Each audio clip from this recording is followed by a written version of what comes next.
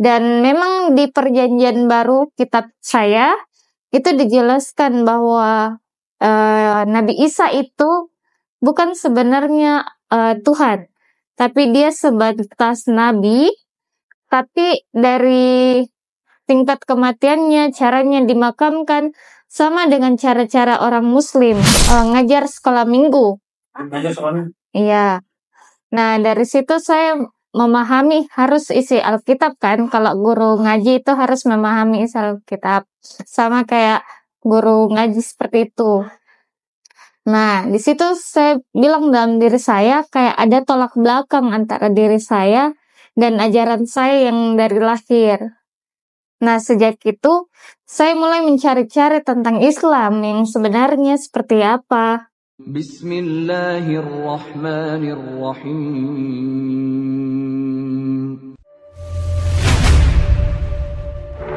Ya ayyuhalladzina amanu dukhulu fis silmi kaffah.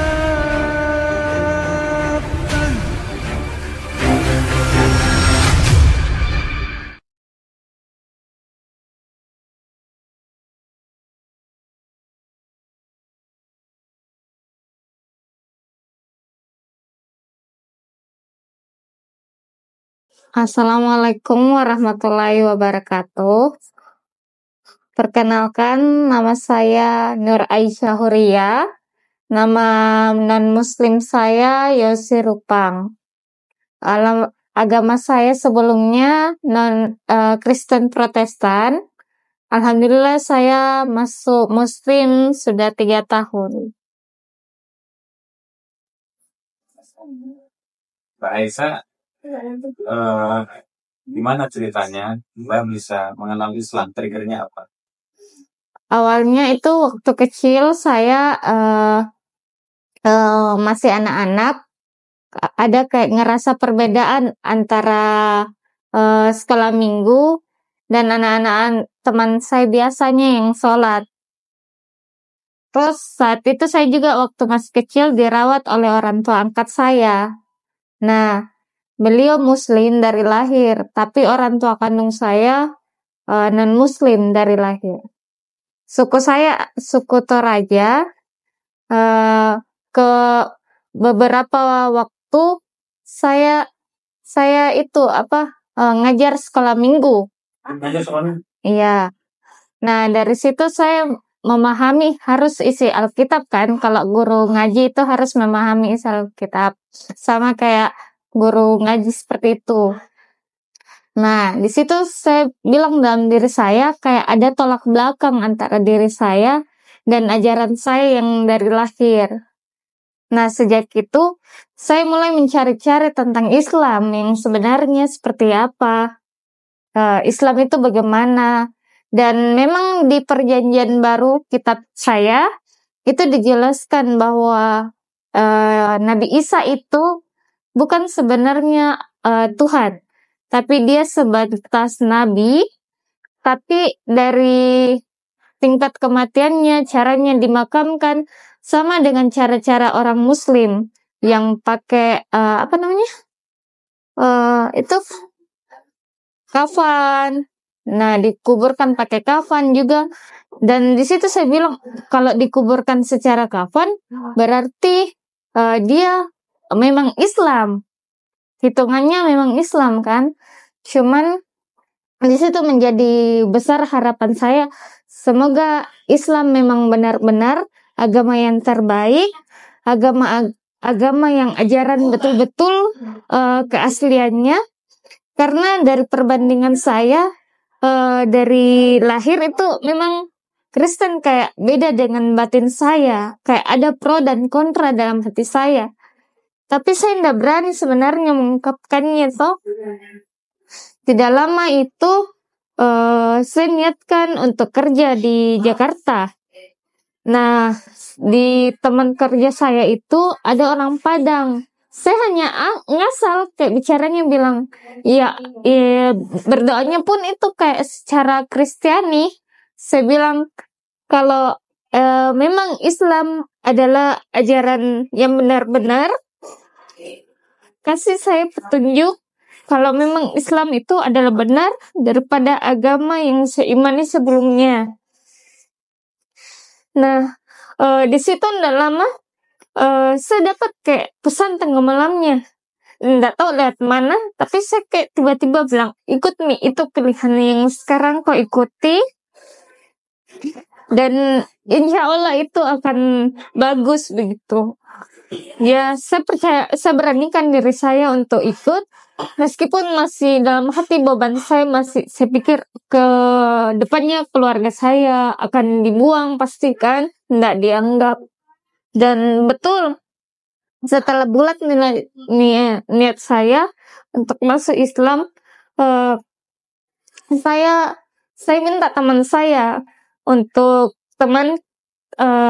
carikan saya ustadz atau orang yang bisa ditemui yang bisa mensyahadatkan, karena kebetulan saya waktu di Jakarta itu masih sendiri, hanya ada teman satu kampus dari Sulawesi, dia ikut kerja juga di sana. Tapi karena saya bilang dijanji-janji terus kayak gitu, di PHP terus dari teman, iya, dan 1 minggu 2 minggu itu kayaknya ndak diteman-temani. Saya inisiatif cari sendiri. Kebetulan ada masjid besar di dekat kos saya di Grogol. Di sana saya pergi jalan sendiri. Terus ini teman saya dari Makassar, dia bilang, mau kemana? Nggak mungkin saya bilang, mau pergi cari ustadz gitu kan. Jadi saya bilang mau cari makan. Padahal pas sudah di warung makan, saya lari ke masjid. Saya temui beberapa orang tua dari situ yang mengajarkan anaknya karate, ilmu silat. Saya bilang, di mana ustadz atau Pak Imam yang bisa ditemui untuk bisa diwawancarai. Terus saya diarahkan sama Pak Ustadz, guru ngaji, tapi bukan kepala imam. Saya bilang, saya non-muslim, tapi saya punya besar harapan untuk mengetahui tentang Islam itu seperti apa. Ajaran Islam itu seperti apa. Terus beliau bilang, mohon maaf mbaknya, Pak Imamnya lagi keluar yasinan, mungkin sekitar 9:30 baru beliau balik ke masjid. Jadi saya tunggu sampai 9:30, beliau baru datang. Terus dia sudah tahu maksud saya karena saya kan udah hijab waktu itu. Jadi dia bilang, saya sudah tahu maksud dan tujuan Ananda mau ke sini. Ada yang bisa saya bantu? Terus saya bilang, iya saya begini. Saya niatnya memang mau masuk Islam. Tapi beliau sudah tahu kan risikonya seperti apa. Kendala yang akan dihadapi apa. Karena keluarga besar Anda kan itu non-muslim. Asli Toraja. Saya bilang, insya Allah saya sudah siap Ustaz. Pas waktu itu, saya langsung diajak untuk syahadat. Didampingi teman saya 2 orang. Dan diimami 1 Pak Imam. Tidak lama itu, besok subuhnya saya sudah disuruh untuk sholat jamaah di masjid, meskipun belum tahu alur ibadahnya kayak bagaimana. Kata Pak Ustadznya, ikuti saja, kalau ruku, sujud, meskipun tidak tahu mau baca apa, ikuti saja dulu. Sudah itu setelah 1 minggu, saya memberanikan diri untuk kasih tahu dulu ibu sambung saya di Makassar. Karena beliau juga itu istri keduanya bapak saya, tapi muslim. Nah, beliau sudah kasih tahu, terus dia bilang, atur saja nak, baiknya bagaimana. Tapi bapak saya belum tahu, baru orang tua angkat saya. Pas 2 minggu setelah saya mualaf syahadat di Jakarta, di Grogol, saya pulang ke Makassar. Tapi dengan kondisi di situ adik kandung bapak saya sudah meninggal, yang ndak jauh beda dengan bapak angkat saya anggap sendiri. Saya pulang dengan hijab, pakai hijab. Saya sudah tahu resikonya akan seperti itu. Setiba saya ndak dianggap seperti anak sendiri, saya dianggap kayak orang lain. Siapa kok kayak gitu? Pedih sekali rasanya. cuman maksudku, saya kan cuman anak, saya juga nggak harus saya mengikut aturan orang tua saya. Saya juga mau belajar, saya sudah dewasa, saya pikir seperti itu. Tapi mungkin karena respon keluarga saya itu kaget, bahkan saudara-saudara saya, keluarga besar saya kaget, saya pulang dengan hijab memberanikan diri. Karena saya yakin pasti Allah lindungi saya. Meskipun ya cacian maki dan apapun itu dari saudara saya agak kasar. Tapi saya percaya Allah tolong saya tidak sendiri, saya pulang. Tapi sebelumnya teman saya yang di Jakarta itu yang jadi saksi saya, dia bilang nggak usah pulang, Yos. Dia bilang, Yos nggak usah pulang, Yos. Keluarga besarmu masih marah-marahnya, belum redam, tahu kau mualaf. Saya bilang, enggak apa-apa Ji, masalahnya saya enggak pulang, ini omku yang meninggal, saya yang rawat semenjak dia sakit.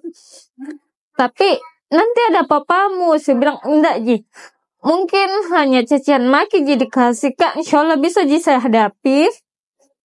Enggak mungkin dipukuli Kak itu, enggak akan. Saudara mana yang tega bunuh adiknya sendiri, pukuli adiknya sendiri, enggak gitu, paling cacian maki Ji. Nah setelah itu kan namanya orang Toraja, dikuburnya di Toraja di daerah pegunungan. Nah saya di itu hari dikasih syarat kalau ingin ke Toraja saya harus lepas hijab saya dan sholat saya. Dan di situ saya tidak mau karena saya bilang ini mahkota saya, kalau saya lepas saya kembali lagi dong dengan masa lalu saya sebenarnya. Nah setelah itu saya memberanikan diri tetap, tapi ada ibu sambung saya yang hijab, dia bilang enggak apa-apa nak, ikuti saja dulu, kan di rumah Ji, di kampung enggak ada Ji orang lain selain keluarga, ikutin saja dulu untuk beberapa pekan. Kan kalau orang Toraja meninggal itu biasanya 1 minggu lebih baru dimakamkan. Jadi saya bilang, ya Allah tolong Kak, tapi kayak ini hatiku untuk lepas. Saya bilang, ampuni Kak kalau memang salah caraku, salah keluargaku. Jadi saya menjak di Toraja 2 minggu pekan, saya lepas hijab saya enggak sholat, karena bagaimana caranya sholat di sana kan rata-rata kayak najis, binatangnya, apapun itu, minyaknya, makanannya kan kita enggak tahu itu steril apa halal apa enggak. Jadi ya saya pasrahkan saya diriku. Nah setelah dimakamkan om saya ingin balik kerja ke Jakarta karena kan cuman cutinya 1 minggu dikasih. Tapi saya dijanji terus, bilang nanti, tapi enggak dikasih izin. Nah, di situ saya niatkan untuk balik ke Jakarta diam-diam. Tapi saat itu saya didapat pas di jalan. Karena saya kan kabur dari Toraja, kampung saya. Saya diseret kembali sama keluarga besar saya untuk tidak pulang ke Makassar. Saya diseret, saya dikasih duduk di tengah-tengah keluarga saya. Saya seolah-olah dibilang kayak ikut aliran sesat, sehingga saya melawan orang tua saya, keluarga saya, kakak saya melawan. Tapi dalam hati saya itu saya melawan karena saya tidak mau dikasih kembali ke non-muslim lagi. Mereka mendoakan saya supaya katanya itu keluar setan-setan aliran sesatnya lah, karena mereka pikir saya ikut aliran sesat yang melawan maksudnya tidak mendengar seperti itu. Sampai saya akhirnya benci karena sudah hampir mau didoakan di tengah-tengah keluarga. Saya lari naik ke kamar. Terus dia bilang, salah satu tanteku, dia bilang, itu anakmu melawan karena ikut aliran inilah, aliran itulah. Padahal kok dipikir, kenapa sih kita mesti ikut aliran yang memang itu memang aliran keturunan, tapi kan kita sudah dewasa bisa menentukan mana yang baik, mana enggak. jangan karena kita keturunan kita non-muslim, anak cucu kita harus dikasih begitu juga kan, nggak harus, saya bilang. Jadi saya naik ke kamar, di kamar, saya tutup pintu, saya banting karena hati saya jengkel mentong. Nah, bilang orang Makassar jengkel sekali. Karena mau didoakan mau kembali ke muslim, non-muslim seperti itu. Nah, setelah itu 1 minggu lagi berikutnya saya dijanji, katanya saya boleh balik Jakarta nanti sama bapak saya. Tapi 1 minggu ini ndak larut-larut, tidak dikasih kembali saya ke Jakarta, ndak dikasih izin. Nah, akhirnya saya pikir kalau saya tinggal di Makassar, saya pasti akan dikasih kembalikan. Saya pasti akan dikasih kembalikan lagi. Jadi saya cari cara supaya tinggalkan ini Makassar, saya kembali ke Jakarta supaya saya bisa mempertahankan Islam saya yang saya miliki. Sudah itu saya minta tolong sama teman-teman saya untuk siapkan, pinjamlah uangnya ceritanya untuk saya bisa beli tiket pesawat. Saya pinjam uang mereka, saya bilang saya janji akan ganti ketika saya sudah kerja. Dan alhamdulillah Allah kasih teman-teman yang memang betul-betul support saya untuk balik ke Jakarta daripada tinggal stay di Makassar. Dan setelah itu saya minta salah satu teman saya bilang stay kok di depan lorongku, jam berapa, jam sekian antar ke bandara. Kebetulan jarak bandara dan rumahku tuh cuma 15 menit. Antar ke bandara. Nah, di situ kakak saya menentang keras, sudah pergi ke gereja untuk ibadah. Di situ di rumah saya tinggal berdua sama ibu sambung saya. Saya bilang, mau kak pergi? Dia bilang, mau kak pergi ke mana? Mau kak balik ke Jakarta? Terus dia bilang, ya saya mengerti posisi ibu sambung saya karena dia juga takut disalahkan sama keluarga besar saya. Jadi saya bilang, saya mau pergi Jakarta, saya mau kembali, saya mau kerja di sana. Terus dia bilang, kau itu nak melawan mentongmu ku, kurang ajar mentongmu ku jadi anak. Nggak kau pikir itu bapakmu menangis. Tapi gue bilang kalau saya di sini kembali aja kodong, kembali aja lagi ke itu. Jelas-jelas dia memang muslim, tapi saya mengerti posisinya karena pasti akan disalahkan lagi sama keluarga besarku. Tapi saya minta pamit, saya nggak dikasih kalau dibilang orang Sulawesi sungkeman begitu, nggak dikasih. Saya tinggalkan, saya lari sampai di bandara, saya nggak kasih aktif HP-ku, sampai di Jakarta baru saya kasih aktif.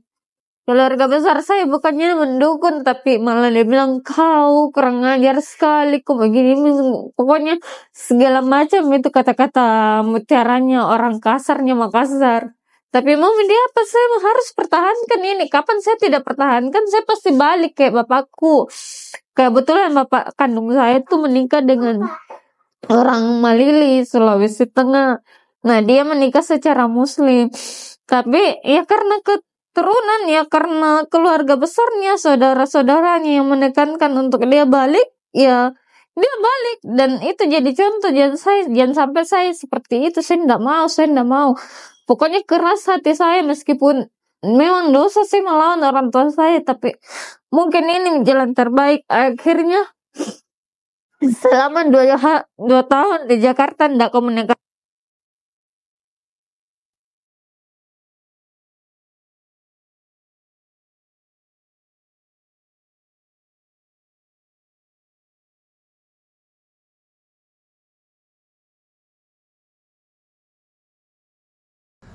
Bismillahirrahmanirrahim. Assalamualaikum warahmatullahi wabarakatuh.